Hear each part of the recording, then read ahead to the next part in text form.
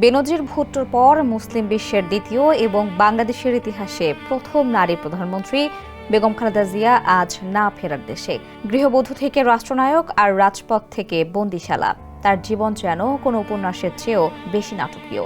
যিনি ঘরে কোণে সময় কাটাতেন, সেই নারী হয়ে উঠলেন কোটি মানুষের আপসহীন নেত্রী।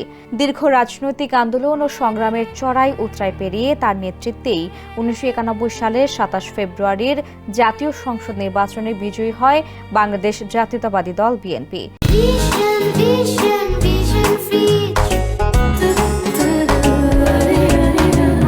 এরপর 1991 সালের 20 মার্চ সন্ধ্যায় তৎকালীন অস্থায়ী রাষ্ট্রপতি শাহাবুদ্দিন আহমেদের কাছে শপথ নিয়ে তিনি দেশের প্রথম নারী প্রধানমন্ত্রী হিসেবে দায়িত্ব গ্রহণ করেন।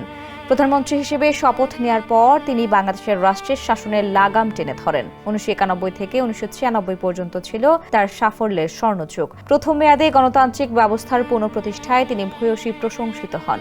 2008 সালের জাতীয় সংসদ নির্বাচনে বিএনপির পরাজয় হলে দলটি দীর্ঘদিন রাজনৈতিকভাবে কোণঠাসা অবস্থায় থাকে।